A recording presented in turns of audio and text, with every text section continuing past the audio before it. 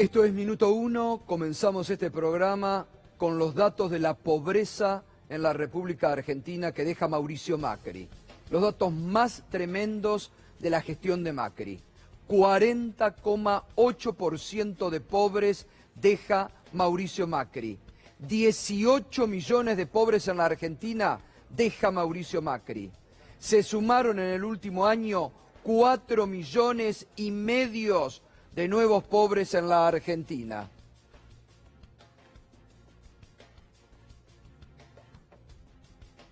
$8,9 es el número de la indigencia. Gente que no come en la Argentina de Macri. Y lo peor, lo que más le duele, que el presidente no habló, no dijo una palabra sobre la pobreza en la Argentina con la insensibilidad que lo caracteriza. De los menores de 0 a 17 años, el 59,5% de menores de 0 a 17 años, casi el 60% de los chicos y jóvenes son pobres en la Argentina. Y el 14,8% indigentes. Y la inseguridad alimentaria severa en la Argentina es del 9,3%. Y el presidente habla 40 minutos para su relato final y no dice una palabra de los datos catastróficos que deja a nivel político, económico y social en la Argentina. Para hablar de las conexiones de Internet, para dar datos falsos sobre construcción de caminos, que no fueron 700 kilómetros, fueron 400, para decir que no hubo ataque a la libertad de expresión, cuando el presidente, por una orden del presidente, mandó a meter presos en un hecho inédito en la historia de la Argentina, a los dueños de este canal, a los dueños de un multimedios, y quiso cerrar este canal y las radios. Y el presidente, a través de la AFIP, persiguió a las empresas de este grupo solo porque el señor Cristóbal López se negó a que se le pusiera este canal a disposición de Macri, como hicieron los dueños de otros medios para acompañar el relato mentiroso de estos últimos 4 años. El presidente habla que no hubo persecución a la justicia cuando los servicios de inteligencia, comprobado y con causa judicial, persiguieron al juez federal Sebastián Casanelo, sometieron a juicio político al juez federal Daniel Rafecas porque no les gustaba, porque era un juez, lo sigue siendo independiente, destituyeron al juez Luis Arias porque se animó a estar a favor de los usuarios por los tarifazos impagables. No habló de los tarifazos impagables, no habló que el mayor apagón de la historia de la República Argentina, el Día del Padre, un domingo, durante una jornada completa, no solamente para Argentina, sino para el Mercosur, fue en la Argentina. ¿Se olvidó de eso, Macri? No habló. Sigo con los jueces. Amenaza de juicio político y persecución a la jueza Martina Forbes, porque fue una de las juezas que se animó a ir en contra del tarifazo impagable. Echó al juez Rosansky para que Fariña sea arrepentido oficial. Echó a los jueces Ballestero y Freiler porque, de acuerdo a la justicia, como lo acaba de decir la Cámara Federal, le dieron la libertad a los dueños de este canal. Y habla el presidente de justicia independiente, cuando los operadores judiciales, la mesa judicial del gobierno, cuando la AFI mandó apretar al juez Carzoglio y lo echaron al juez Carzoglio porque se negó a poner preso a Pablo y a Hugo Moyano, con los casos denunciados, el D'Alessio Gay, con la AFI metiéndose en los juzgados, y habla de transparencia institucional el presidente de la República. Y ahora los dejo a mis compañeros. Empezamos por Fernando Alonso. Buenas noches, Fernando. ¿Qué tal, en Gustavo? materia económica. ¿Qué tal, Gustavo? Buenas noches. Vos sabés que estaba recién repasando un poco el discurso del presidente y se puede sintetizar en que la economía argentina hoy está quebrada y apagada. Nada de sentadas las bases para el crecimiento, muy lejos de eso. No hay precios relativos en la economía, no hay créditos para funcionar. La Argentina hoy no tiene cómo ponerse en marcha porque no hay créditos productivos y ahí tiene una tasa de 63% que es inviable todo. Hay una inflación que está en 54% y que si no se toman medidas seguiría espiralizándose. Pero Fernando, así como recién pusimos los datos de la pobreza de los que no habló el presidente con la insensibilidad que los caracteriza, porque no habló de la promesa incumplida de pobreza cero. Hoy se conocieron datos de la economía real. Hoy, a ver, Charlie, si los podemos, se conocieron datos, si los podemos compartir, de los que no habló hoy. Miren, la industria, no habló de la industria, no habló de la industria, el presidente del mayor industricidio. Mire, el derrumbe industrial no tiene piso, el presidente no habló de esto. 2,3 en octubre, 7,2% acumulado para 18 meses consecutivos en baja. Miren la construcción, con la obra pública paralizada, 9,5% cayó la construcción en octubre, 8,3 es el acumulado. De estos datos no habló el presidente de Macrilandia, Mauricio Macri. Mira el empleo industrial, porque como en todos sus discursos, Fernando, no habló de industria. El empleo industrial cayó el 4,5%, datos de septiembre. 159.000 empleos perdidos desde el 2015. 51.263 perdidos en el último mes. No habla de esto el presidente, habla de Macrilandia. De la realidad no habla el presidente. Fernando.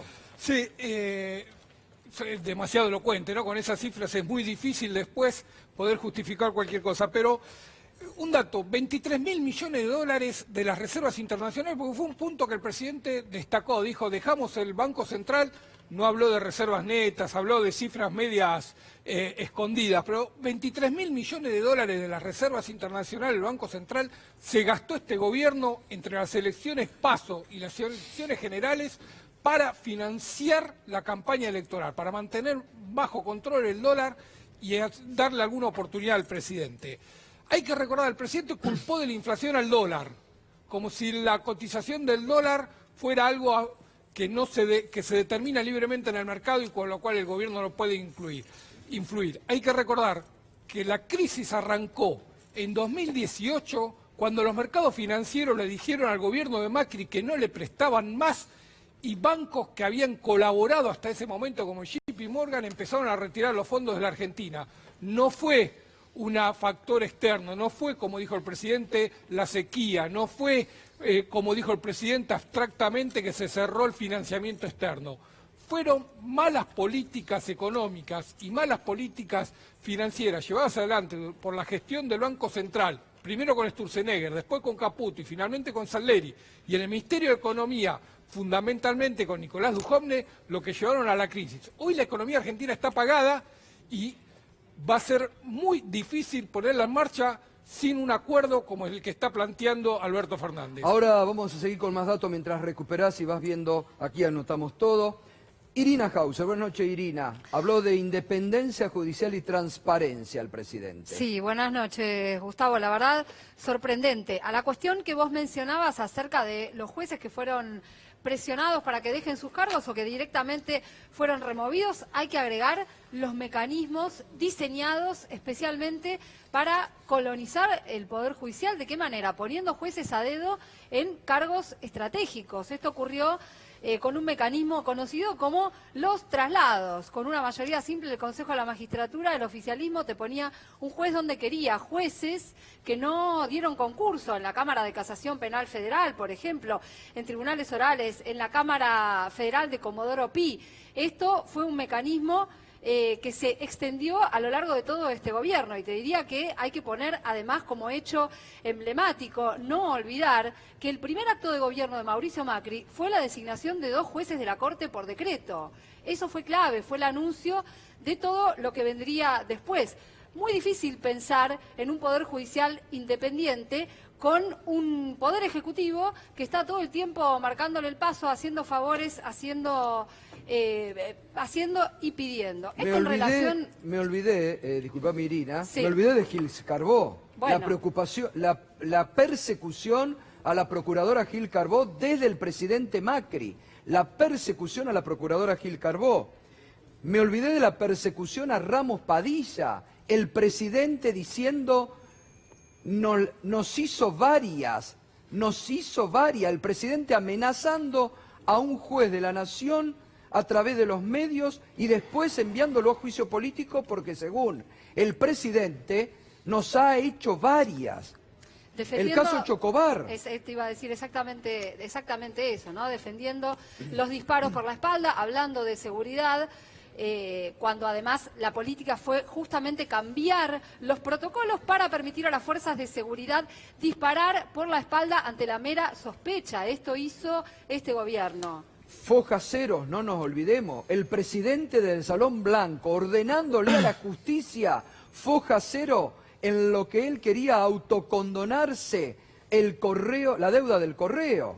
Y no nos olvidemos la denuncia, hablando de los medios, la denuncia por extorsión del empresario de medios Daniel Vila, hoy en trámite judicial. Bueno, la cuestión de los medios, hablar de libertad de expresión, cuando, como bien vos decías además, se ha intentado por todos los medios quedarse con este canal, ¿no? Por empezar, las presiones a otros medios, a diarios, a Tiempo Argentino, ¿presiones de qué tipo? De asfixia económica, Tiempo Argentino, Página 12, Radio América que tuvo que cerrar, solo por darte algunos ejemplos en relación a la libertad de expresión. Y quiero hacer una mención especial del tema de violencia contra las mujeres. No dijo nada. Lo que dijo fue insólito, ¿Por qué? porque habla de una mejora en las políticas, lo poco que dijo, Sí. habla de una mejora en las políticas de defensa de los derechos de las mujeres y especialmente de violencia contra las mujeres cuando se subejecutó el presupuesto, cuando se Ahí está, ¿no? 7%.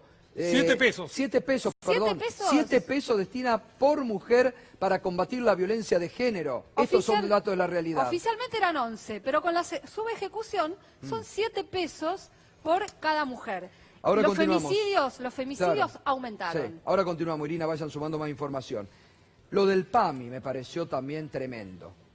Lo del PAMI, cuando dijo que reciben 5 millones de beneficiarios, cuando sabemos que hoy nuestros abuelos, nuestros viejos, no pueden comprar remedios porque el PAMI no los cubre, por cómo están en una situación de hambre y endeudados los jubilados en más de un 50% en la Argentina. Bueno, Juan Amorín, buenas noches, Juan. ¿Qué tal, Gato? Buenas noches. Sí, me quedé con el discurso de la transparencia y esto de fuimos un gobierno sumamente transparente independientemente de casos individuales. Solo por citar algunos ejemplos de causas que tramitan hoy contra el presidente de la Nación y que comenzaron gracias a sus gestiones desde el gobierno. Es decir, que desde el gobierno se favoreció Mauricio Macri o que favoreció a algún familiar y que realmente lo complican y mucho.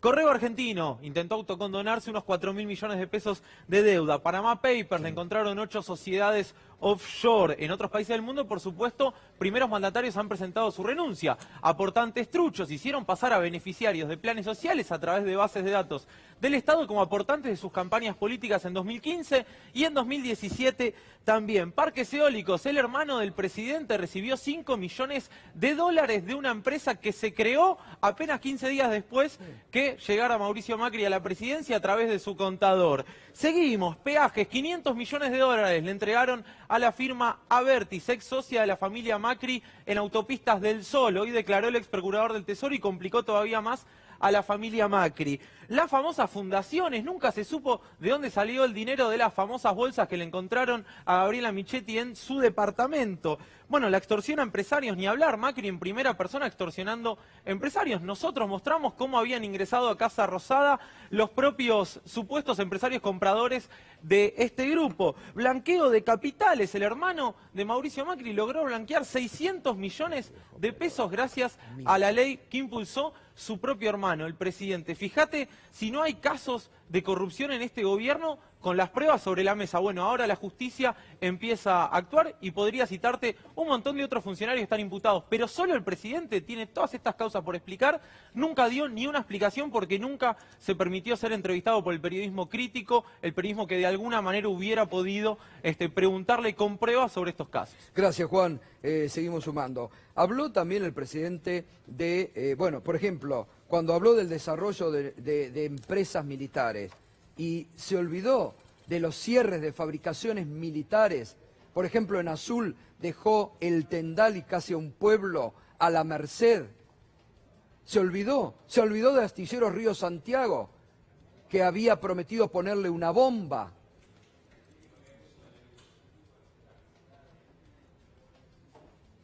Se olvidó el presidente de hablar de los parques eólicos, porque habló de nuevas de energía, no habló de Atucha, 2.500 empleos perdidos en Atucha en estos últimos 4 años por la paralización, y que ahora deja la frutilla del postre, la pelea tremenda que siguió hoy, enseguida vamos a escuchar, entre Diego Guelar, el embajador argentino en China, con Lopetegui, a quien tildó de mentiroso por lo que no se hizo. De estas cosas el presidente no habló. Y habló poco de política internacional. Pedro Brigger, buenas noches. Efectivamente, y dijo algunas inexactitudes. Primero, nos integramos al mundo, fue la primera frase que utilizó. Esto es mentira, Argentina no se había caído del mundo. Es más, recordemos, lo recordaba también Fernando, acá quien integró a la Argentina al famoso G20 fue Cristina Fernández de Kirchner, algo que por lo general en Cambiemos olvidaban. Después recordemos el acuerdo vendido con bombos y platillos entre la Unión Europea y el Mercosur, que inmediatamente le dijimos, apenas nos enteramos, momento, esto no está firmado, hay trabas, hay que ver qué dicen algunos países. Bueno, el acuerdo no está firmado y se viene trabajando hace mucho tiempo. Habló de democracia también, pero en su momento fue el primer gobierno que reconoció el derrocamiento de Dilma Rousseff y reconoció a Michel Temer como presidente de Brasil. Y hablando de reconocer, hoy en Brasil habló de Janine Áñez, la presidenta de facto en Bolivia, y dijo que era una presidenta electa. Por supuesto, no condenó el golpe de Estado en contra de Evo Morales, ni la persecución en contra de dirigentes, ni el asesinato de dirigentes sociales en Bolivia, no solamente en Bolivia, tampoco en otros lugares, por supuesto, no lo dijo, nada sobre esas persecuciones, ni tampoco sobre la integración regional. Habló solamente del Mercosur, porque justamente ahora está en Brasil hablando del Mercosur en la reunión cumbre del Mercosur, pero se puede hablar de desintegración regional. La UNASUR, justamente ni una palabra, porque buscaban desintegrar a la UNASUR y lo mismo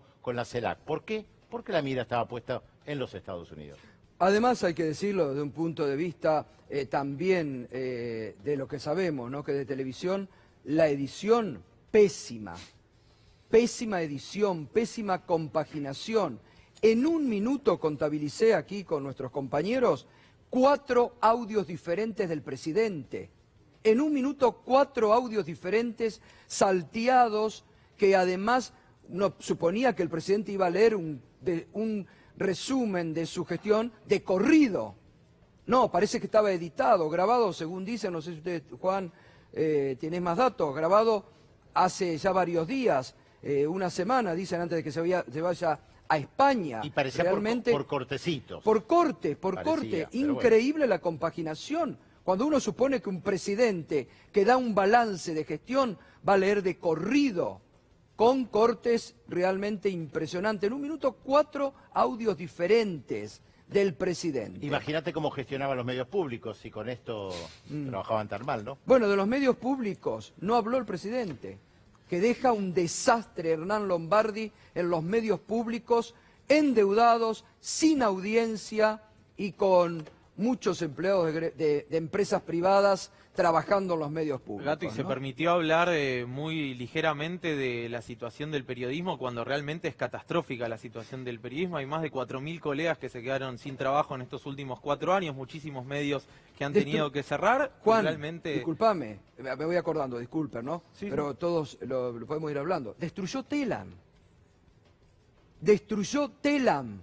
Intentaron cerrar Telam. Radio Nacional. Bueno, era muy eso. escuchada y Sí, ahora prácticamente no por la eso escucha decía, nadie. hablando de la persecución que el presidente hizo de los jueces laborales, Irina, inédito, el presidente hablando en todo y haciendo campaña en contra de los magistrados laborales. Fue otro caso emblemático, ¿no? Fue uno de los primeros en cuanto se metieron los jueces con la paritaria bancaria, que fue la misma, empezó la persecución y empezaron los juicios políticos. Lo mismo contra la jueza que en su momento intentó forzar, digamos, la paritaria docente porque el gobierno no se avenía a la negociación. Bueno, todo eso fue pasando con los jueces laborales a lo largo de todos estos años. Ahora, Juicio político para cualquier juez laboral que fallara contra los deseos del gobierno. ahora, El Gustavo, tema del submarino San Juan, Ni una palabra. ni una palabra. Ni una palabra. Ni una palabra de un tema que el presidente omitió en todo momento, donde nunca quisieron hablar de la situación que dejan catastrófica de la Fuerza Armada, donde el submarino San Juan mandaron a la muerte a esos 44 héroes y donde siempre negaron y hasta el ineficiente Oscar Aguad negó. La educación. Este gobierno eliminó la paritaria nacional docente. Cuando el presidente dijo los que cayeron en la educación pública y hoy dice siempre defendimos la educación pública, cuando hubo un recorte catastrófico en el presupuesto educativo. Explotó una escuela en Moreno y, Explotó una escuela le en costó la Moreno. vida a 2 docentes como Sandra y Ahora, Romano. Gustavo, con todos estos datos tan positivos que dio el presidente, ¿cómo se explica que haya perdido en primera vuelta por más de 8 puntos y sea uno de los pocos presidentes de la historia latinoamericana que no logró la reelección, si los datos parecen maravillosos? Bueno, la sociedad dio la respuesta a lo que vos estás preguntando, ¿no? Bueno, vamos sumando voces. Yo me voy a ir corriendo, así damos aquí ya la tri para que también se puedan ir sumando nuevos invitados. Pero bueno, quisimos ir. Está Hugo Aime. Hugo Aime está. Buenas noches, Hugo. ¿Cómo Hola, estás? ¿cómo estás? Bueno, ¿qué estaba escuchando atentamente el presidente? Un primer análisis. atónito. Atónito. Me dejó atónito. Claro. Quisiera vivir en el país que vive el presidente.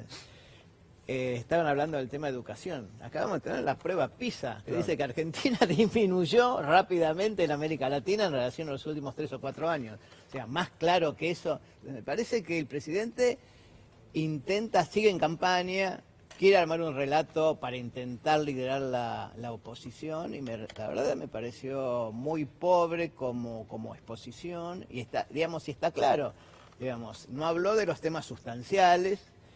Se trató de dar unas explicaciones que quizás les funcionen un poquito para su base electoral, pero está claro que no alcanzan de ninguna forma para explicar cuál es la situación actual del país, en los niveles de pobreza que estamos viendo que acaba de sacar la UCA, y los niveles de desocupación y la crisis. Bueno, yo te acabo de mandar, hoy te mandé una Sí, ahora última encuesta. la última encuesta, después, ahora enseguida vamos a mostrar el último trabajo de Hugo, que es muy bueno, muy revelador del estado de la sociedad. Pero era un ahora solo enseguida dato, que el un dato. 90% de los argentinos dice que la situación actual es entre grave y muy grave. Claro. Me parece que ya está claro Ya qué es con lo que ese. piensan los argentinos. Sí, bueno. Por un minuto los despido a Irina, a Juan, a Pedro hasta mañana. Gracias, Pedro. Irina y Juan y Fernando enseguida tenemos que dar lugar a los invitados que se van sumando. Irina y Juan enseguida se suman también con otros datos enseguida. Está Claudio Lozano. Claudio, ¿qué buenas tal? noches, ¿cómo estás? Bien, bien. Tu primer análisis. Me sumo a lo que decía Hugo y agrego, me pareció un discurso primero oportunista, segundo mentiroso y tercero profundamente reaccionario. Oportunista porque el núcleo argumental es decir, nosotros sentamos las bases para el crecimiento futuro. Es decir, si hay crecimiento, van a tratar de decir luego que en realidad fue por lo que ellos instalaron. Si el nuevo gobierno gestiona un proceso de crecimiento, van a querer decir que son las bases que nosotros pusimos. Y si no hay crecimiento, van a decir que en realidad se apartaron del camino. Así que en realidad es un discurso múltiple que intenta, digamos, colocarse del mejor modo respecto al momento futuro. Mentiroso porque todo lo que dijo sobre la deuda es absoluta mentira. Tomó solamente el tema del fondo. El fondo puso en la Argentina entre junio del 2018 y julio del 2019 44.900 millones de dólares. Se pagaron 28.000 millones en ese mismo periodo, es decir, menos que lo que puso el fondo. Y se fugaron, salieron de la Argentina en el mismo periodo 36.000 millones de dólares. ¿Qué quiere decir esto? Que Argentina tenía dólares suficientes para afrontar sus vencimientos sin haberse endeudado. La razón del endeudamiento fue permitir el uso especulativo de los dólares por parte de exportadores que los dejaban afuera o de aquellos que los fugaban. Es decir, lo que sostuvo el acuerdo con el fondo es la orgía especulativa de carácter financiero que organizó el régimen macrista. Y ahí cuando dice que toda la deuda que contrajeron fue para pagar intereses de la deuda que recibieron, eso bueno, también. por eso estoy dando Claro, estos ejemplos, digo. no tiene nada que ver. Si fuera, o sea, Argentina tuvo durante el 2019 un saldo comercial positivo de 18.000 millones de dólares que le hubieran alcanzado para afrontar sus vencimientos y sin embargo no se endeudaron igual. El otro elemento importante es el tema de lo reaccionario, que creo que tiene que ver con plantear que una inserción internacional razonable es ser un fiel soldado de la geopolítica de Trump dentro de la región, haber acompañado el aislamiento de Venezuela, la posibilidad de la intervención sobre ese país, haber desconocido el golpe de Estado en Bolivia, no haber dicho absolutamente nada sobre el tema de Dilma Rousseff, haber reconocido a Temer, es decir, haber acompañado un proceso de desarticulación del Mercosur. Digo, la verdad, desarticulación del UNASUR, privilegio del Grupo de Lima, francamente en materia internacional fue lamentable y realmente sobre la fuerza de seguridad, el tema de haber sostenido la estrategia de criminalización de la protesta y por otro lado una estrategia de gatillo fácil tipo Chocobar, como fue la que primó en la conducción de la fuerza de seguridad por parte de Patricia Bullrich. Así que oportunista, mentiroso y reaccionario. Bien, se van sumando invitados, todo el análisis. Está el diputado nacional José Luis Ramón del Interbloque. Hemos querido traer un diputado de un interbloque para que también hablaba de transparencia institucional el presidente. Sin embargo, el Congreso creo que es lo que menos trabajó durante la presidencia de Macri, ¿no? Buenas noches. Buenas noches, ¿cómo te va? La verdad que a mí me da vergüenza. Yo soy un diputado que hace 2 años que está en la Cámara y creo que en este año, si hemos tenido 7 sesiones, es, tendríamos que estar aplaudiendo. Y a mí me da mucha vergüenza eso. Vengo de una provincia donde todas las semanas tomo el avión y vengo a un despacho y no hay manera de que se abra una comisión. Porque ¿De qué provincia es usted, diputado? Vengo de Mendoza. De Mendoza. Vengo de Mendoza. Y ayer, cuando se inicia la sesión, los 2 bloques mayoritarios propusieron el presidente de la Cámara. Nuestro bloque acompañó y la primera petición que le hago al presidente de la nueva Cámara: abra el Congreso, abra las comisiones, las puertas de las comisiones para que los diputados podamos hacer que los proyectos que nosotros proponemos para discusión puedan ser tratados y sean tratados en el recinto. Imagínate que las únicas leyes que han sido tratadas durante todo este año son las que propuso el Poder Ejecutivo y todas y cada una de esas leyes eran para favorecer los intereses económicos, ya sea cuando fue la discusión, ¿ustedes se acuerdan? La discusión sobre la industria del conocimiento y el software, claro, que sí, pasaron por el costado tan solo para favorecer a los grandes empresas que fabrican medicamentos, las mineras, es decir, todas las grandes empresas, por encima de aquello que nosotros consideramos que el software, el conocimiento es para los pequeños, medianos emprendedores y una posibilidad. Bueno, todo lo que pasó por el Congreso pasó para favorecer intereses de un pequeño grupito de empresas que se han hecho así como por el favor de este tipo de política. Como el presidente nunca habló en los discursos ante el Parlamento del tema de la industria, nunca habló el presidente, hoy no tocó el tema de la industria, cuando produjo el mayor industricidio en los últimos 4 años superior al de la dictadura. Imagínate que no solamente es la industria, sino todas las economías regionales en el interior del país. Ustedes... vengo en mi provincia, del pueblito mío, que es en Palmira, el departamento de San Martín, en San Rafael, el 50% de los productores de la finca han abandonado su lugar de trabajo. Bueno, yo estuve en Neuquén el fin de semana con lo mismo, las chacras vendiéndose, con los productores tirando. Pero eso es consecuencia de una política que se ha desarrollado nada más que en la capital federal. Y para unos pocos. ¿Y cuáles son esos pocos? Los dueños de los bancos. Y timba financiera. Claro, la timba financiera y los dueños de los la actividad económica cayó comparada con el 2015, el Producto Bruto cayó 5 puntos, pero si uno mira la industria cayó 17%. Es muy grande. Es decir, multiplica por 3 la caída media de la actividad. Es decir, que es un nuevo ciclo de desindustrialización en la Argentina que se agrega a los ya vividos y que eso tiene el impacto concreto en términos del tipo de empleo, porque acá lo que hubo fue destrucción de empleo formal de mayor calidad y mejor nivel de ingreso, y lo que creció en el millón de puestos de trabajo que se generaron en 4 años y que no alcanzaron, son 600.000 cuentapropistas y 350.000 trabajadores en negro. Es decir, el grueso, además de la desocupación, es precarización absoluta del mundo laboral de la Argentina. Se suma el diputado, pero aparte secretario de la UOM de Zárate Campana, Furlan, ¿cómo le va? Gracias. Buenas noches. Y Ricardo Forte, que enseguida también estamos con él. Hablando del tema empleo, ustedes, como nadie, vivieron en carne propia toda la zona Zárate Campana. El presidente habló de energías, cuando ustedes vivieron en Atucha todo el proceso tremendo, ¿no? Sí, sin duda que lo de Atucha fue traumático, pero también ha sido traumático para todo el sector productivo y fundamentalmente lo que ustedes estaban hablando recién sobre lo que ha sucedido en la industria. Acá hoy la industria tiene no solamente la destrucción de más de 4.000 empresas, sino también una capacidad ociosa que está por debajo del 50%, por encima del 50%.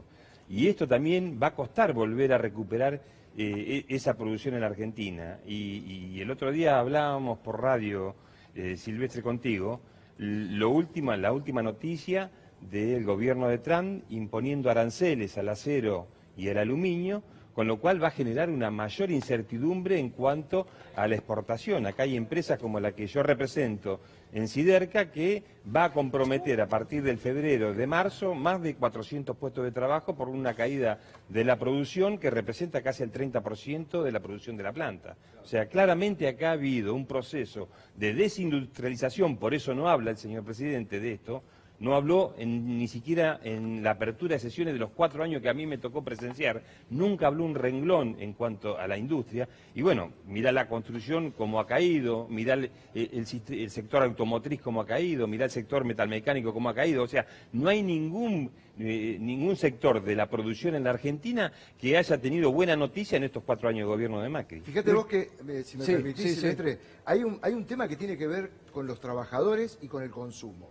Es decir, si nosotros nos enfocamos en los ingresos de los trabajadores, podemos aumentar muchísimo, tener unos salarios grandes, medianos o muy pocos. Pero acá el verdadero problema es la exacción que hubo de esos ingresos en la familia. 6.300% el aumento de la provisión del gas domiciliario.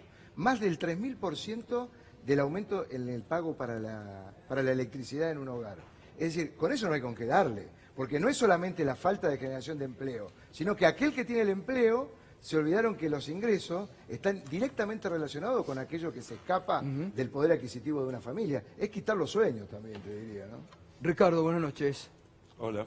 40 minutos habló el presidente. A ver, inició su gobierno mintiendo. Su campaña electoral fue un proyecto de país que supuestamente iba a ir hacia un lado e inmediatamente que llegó a ejercer la presidencia invirtió todos los términos de lo que había planteado durante la campaña. Se va después de 4 años de desastre y le vuelve a mentir a la sociedad argentina. La verdad que no hay mucho para analizar, salvo analizar una ficción, una fábula, una construcción absolutamente despiadada, cínica, un gran cinismo, una suerte de mise en scène donde Macri no habla de lo importante, sino que simula que el país que él deja es un país preparado ahora sí para dar el salto, ¿no? Vaya a saber, el salto hacia dónde, según las políticas de Macri. Pero habría que decir que el proceso de desindustrialización estaba en su proyecto, no es un error. Esto es claro. Es decir, el neoliberalismo, desde Martínez de Oz, pasando por la convertida de Cavallo hasta el proyecto de Macri, implican la búsqueda de un cambio estructural de la vida social, económica, institucional, cultural y política del país. Desindustrializarlo, destruir los salarios, quebrar derechos, destruir las jubilaciones, romper la posibilidad de que la educación y la salud de verdad sirvan para el pueblo argentino, está en la memoria de nuestro país. Si hubo una parte de esta sociedad que creyó la mentira del inicio y hay una parte de esta sociedad que cree la mentira de salida, es un problema de esa parte de la sociedad. Creo que hay una mayoría muy potente de la sociedad argentina que hoy tiene una enorme expectativa.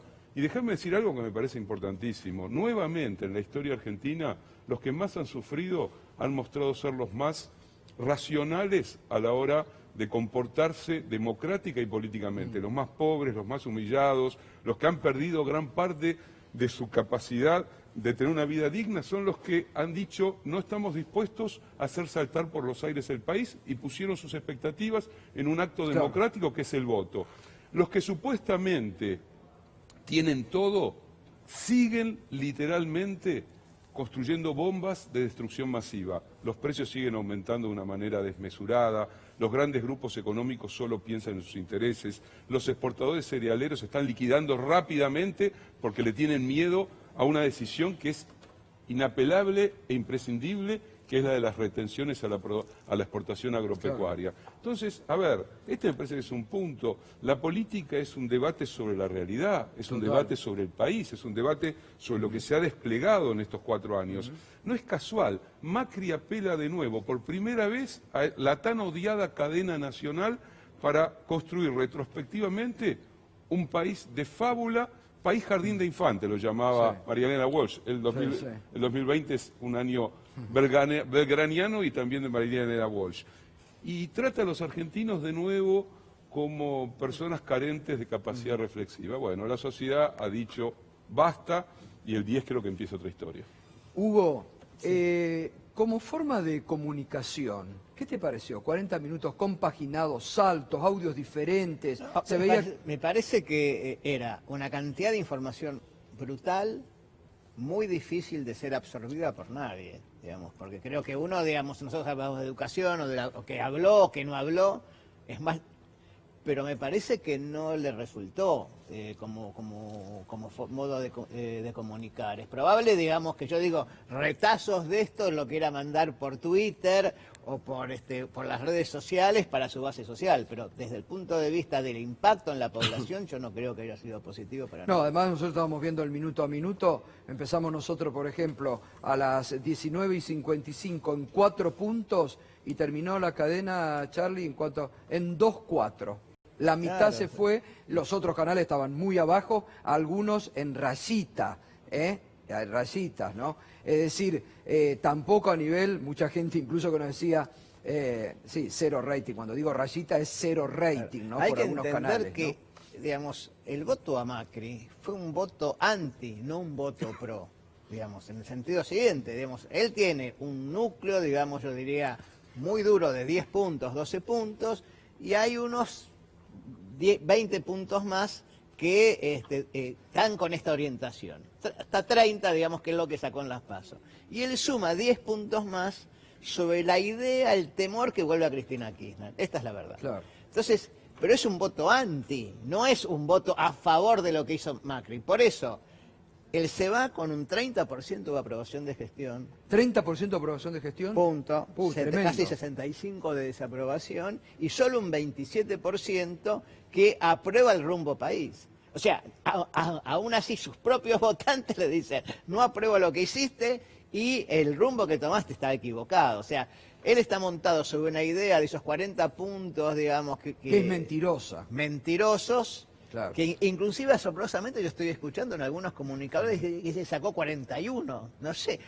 Ahora le inventaron un punto más, Está ¿no? creciendo después de la elección. Sí, exactamente. No, yo comparto esto que dice, pero quería tomar el punto que planteaba Ricardo. Me parece que acá lo que hubo fue una derrota electoral, pero ellos no se equivocaron, vinieron a hacer lo que hicieron. El tema del deterioro en las condiciones de ingresos, los problemas de la ocupación, el aumento de la pobreza y de la desigualdad, la desindustrialización son parte de una estrategia que se observa cuando uno mira el otro costado.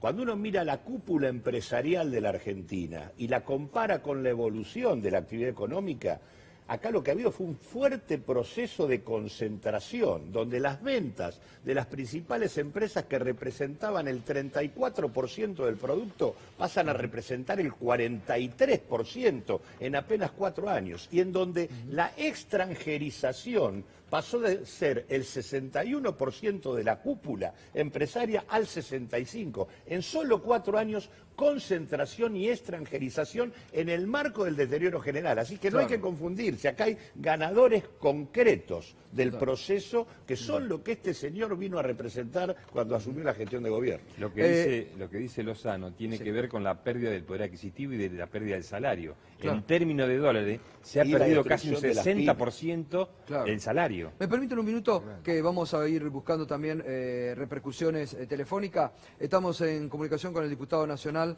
de Cambiemos, al menos hasta este momento, el diputado Lipovetsky. ¿Qué tal, diputado? Buenas noches.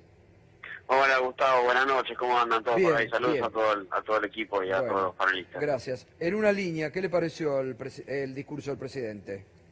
Mira, me parece que hay que separar dos cosas. Primero, me parece bueno que siempre los presidentes al final de los mandatos hagan un balance de su gestión. Y me parece que eso que se puede hacer por cadena, me parece que también está bien que se haya hecho de esa manera.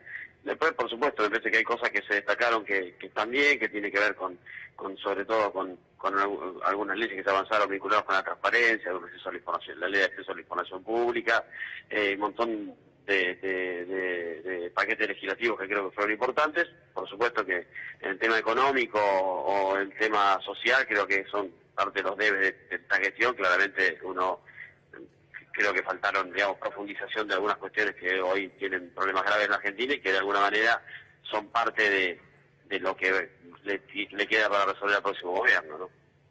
Uh-huh.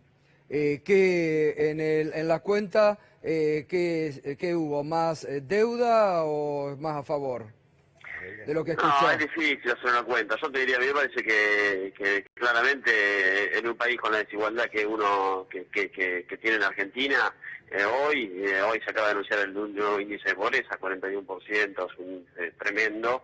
Me parece que claramente ningún balance puede ser positivo desde ahí. Después, por supuesto, creo que el gobierno deja algunas cuestiones vinculadas con esto que hablamos, ¿no? La transparencia, la mejora en el servicio del Estado, la despapelización, un montón de cuestiones que seguramente son destacables, pero en un país con esta desigualdad claramente siempre es muy difícil hacer un balance positivo. Creo que es lo que ha hecho la gente de alguna manera cuando votó. Exacto. ¿No?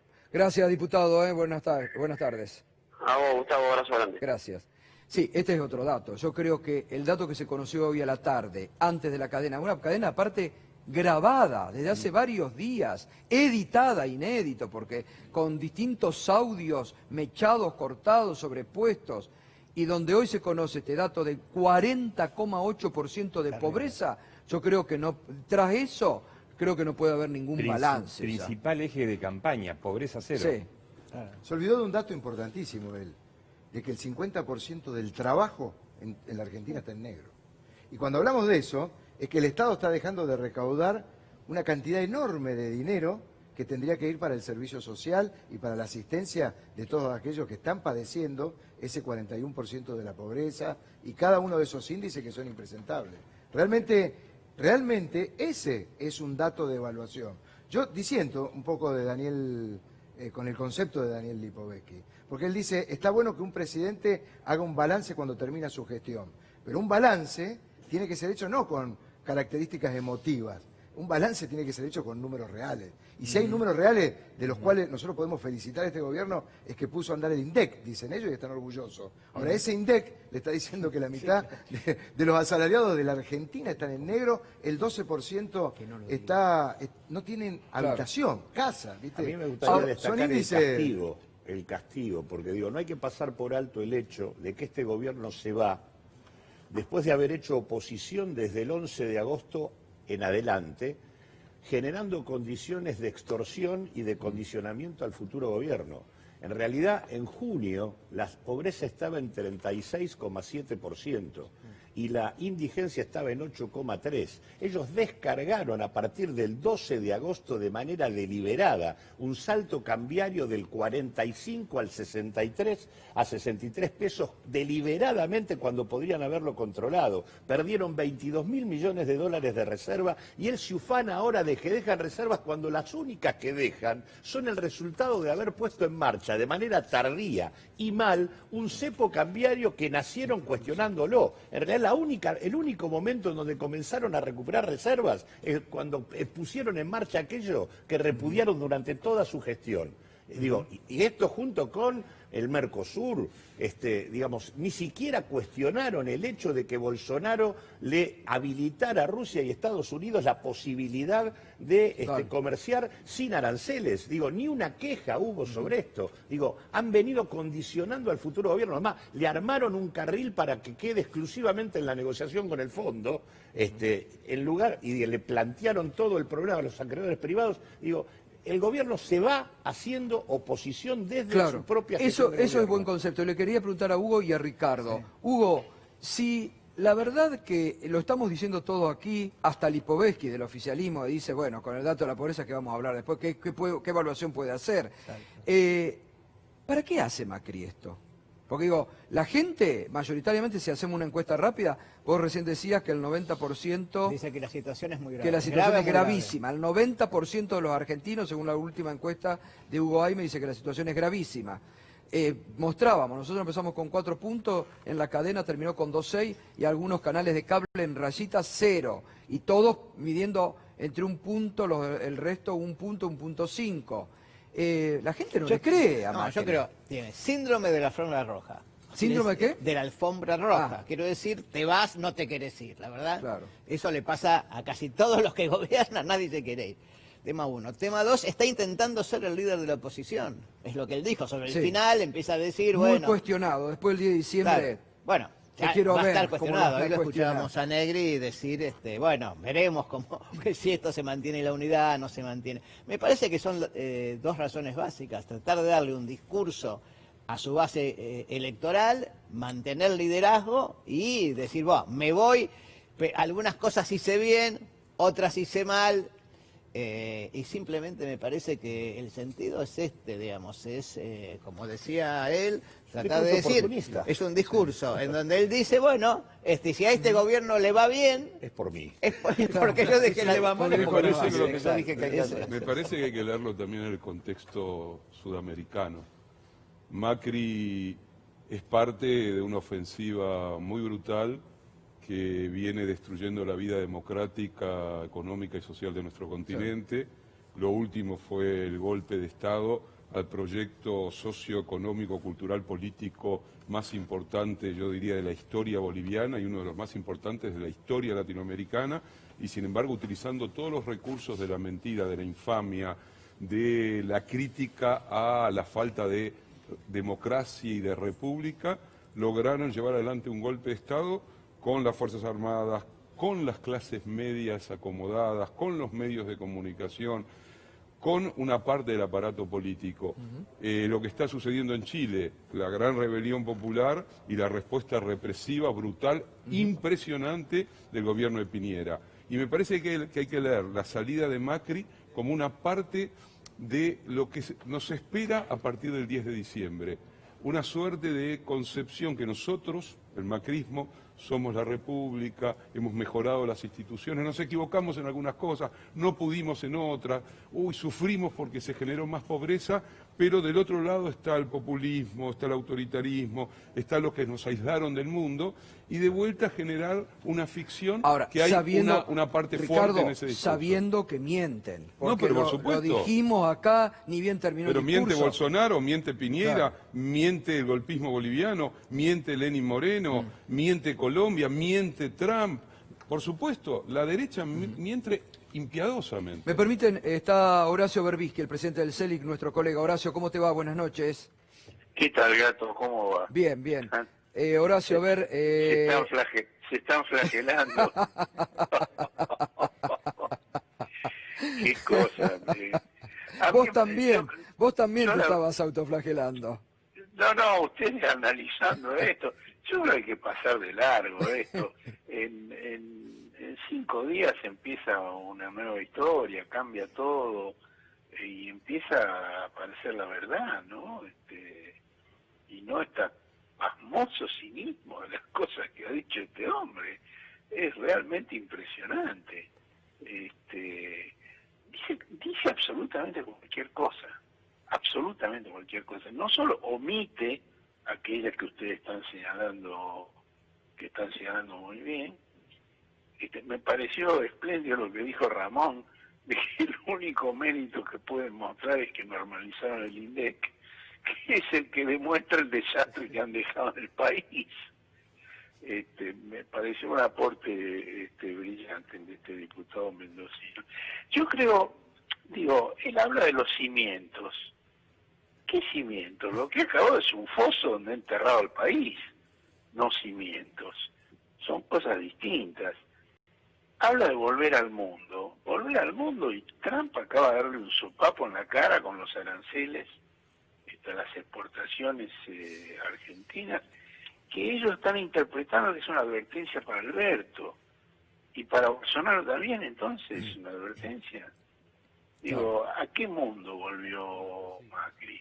A un mundo que no comprende, que no entiende, él no sabe lo que está pasando en el mundo, la confrontación global, estratégica, la relación con China, la militarización de ese conflicto, y él absolutamente a contramano de todo lo que está pasando en el mundo, de toda esta guerra comercial, hace la apertura más absurda. Entonces, yo creo además que este es un mensaje para Rodríguez Larreta. ¿Para Rodríguez Larreta? Yo creo que el público al que él se dirige es Rodríguez Larreta. ¿Por? Porque están peleando la jefatura de la oposición. Mejor dicho, no están peleando la jefatura de la oposición. No hay duda que la jefatura de la oposición la va a ejercer Rodríguez Larreta. Claro. Y más que está resistiéndose a eso, exacto, aprovechando que todavía tocan los timbres y viene aquella que llama, cosa que va a dejar de ocurrir dentro de pocos días. Aquí hay diferencias de fondo en la disputa de la jefatura de la oposición. Rodríguez Larreta piensa y dice que si no se modifica esta práctica, esta política del odio que Macri ha puesto en práctica, y que no es solo, sería injusto atribuirle solamente a Macri, está pasando en distintos lugares del mundo. Sí, claro. Si vos ves la situación de algunas de las sociedades centrales del mundo, te encontrás con el mismo tipo de situación. Y por las razones que explicó Cristina en el mensaje que dirigió desde el tribunal que la estaba juzgando, dijo, ¿qué grieta ni grieta? Aquí lo que hay es el empobrecimiento de millones de argentinos. Esto es lo que hay. La transferencia más brutal de ingresos, como explicaba Furlan. Eso es lo que hay. Ahora, esta situación en la Argentina ha sido profundizada con fines electorales. Una estrategia dirigida a estigmatizar, a criminalizar a dirigentes de la oposición, creyendo que de ese modo iban a poder ganar la elección. Rodríguez Larreta dice, si en el futuro no logramos formas de convivencia política distintas, con oposición racional, con discusiones no basadas en el odio, el próximo paso en la Argentina es un Bolsonaro. Ese es el planteo de Rodríguez Larreta. Macri, en cambio, dice yo soy Bolsonaro. Por eso la dejo a Patricia Bullrich. Por eso la deja Patricia Bullrich, efectivamente. Entonces, me parece que esa es la disputa que se está... Claro. Sí, yo coincido con vos, Horacio, recién lo hablábamos con Hugo Aime. Macri, después del 10 de diciembre, dentro del PRO le empiezan a cuestionar liderazgo, no lo quieren del líder de la oposición, los radicales tampoco. Entonces es un Macri que se desespera por atarse a algo que no va a tener en el futuro, ¿no? Y lo que pasa es que Rodríguez Larreta es mucho más hábil y no le contesta, no va a refutar ninguna de estas cosas. El que lo refuta es Monzó, es Lipovetsky, son los radicales. Rodríguez Larreta se calla. Rodríguez Larreta se calla y espera. Dentro de una semana, el único territorio importante que controle esta coalición es la Ciudad Autónoma de Buenos Aires. Exacto. Y él ha decidido que no va a ser refugio del núcleo duro del macrismo, que no va a ser el aguantadero para los funcionarios del macrismo. Y en eso coincide con María Eugenia Vidal, que bueno, el futuro de ella es también dudoso. Ella sí perdió por una paliza sin precedentes en la provincia de Buenos Aires, pero digamos tiene una actitud, ella digamos es una colaboradora básicamente de Rodríguez Larreta. Totalmente. Y habrá que ver cómo funciona el eje, digamos, entre Rodríguez Larreta, Lustó, Cornejo. Dentro del radicalismo también hay divisiones muy grandes. Es decir, Morales aspira a la presidencia del partido, claro, pero tiene una provincia que solo financia con recursos propios el 11-12% de sus gastos y depende del gobierno central. La relación promiscua que ha tenido con Macri le ha permitido obtener esos recursos. Eso se acaba, no va más. Entonces hay también, digamos, claro, una crisis seria dentro de los otros partidos de Juntos por el Cambio, en la coalición cívica libertadora, digamos, el vacío que está creando Carrió complica absolutamente el futuro. Ella está alineada con esta política del odio que propicia Macri.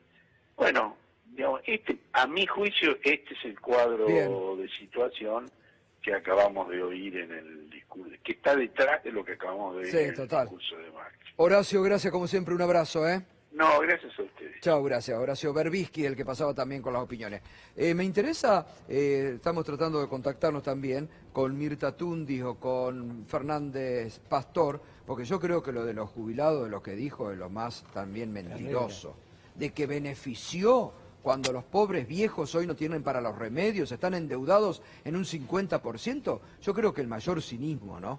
Es vergonzoso. Lo que está sucediendo con los jubilados es vergonzoso. No llegan, primero que no llegan a fin de mes desde hace mucho tiempo, y segundo que no tienen acceso a la salud, a la medicina. Hoy es un escándalo ir a comprar un remedio a la farmacia. Dijo que mejoraron el PAMI, que dejan 5 millones de beneficiarios nuevos, no sé dónde. Pero lo grave es también que cuando redactan el punto de la economía, le vuelve a echar la culpa al resultado de las PASO. Vuelve a decir, él viene relatando que la economía venía creciendo y por culpa del resultado de las PASO vuelve a retroceder, o sea, vuelve a decir lo mismo que dijo el día 11 a la noche. Una cosa fundar la idea del escarmiento. Claro. Se votó mal, por lo tanto, ocurrió lo que ocurrió.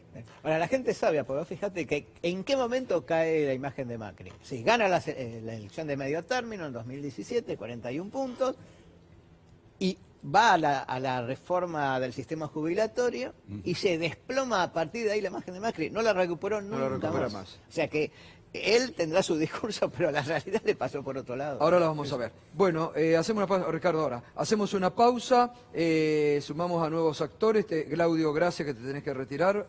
Muchas gracias. Y seguimos y vamos a ver las encuestas que están muy interesantes, el último trabajo muy grande de Hugo Haim. Ya volvemos.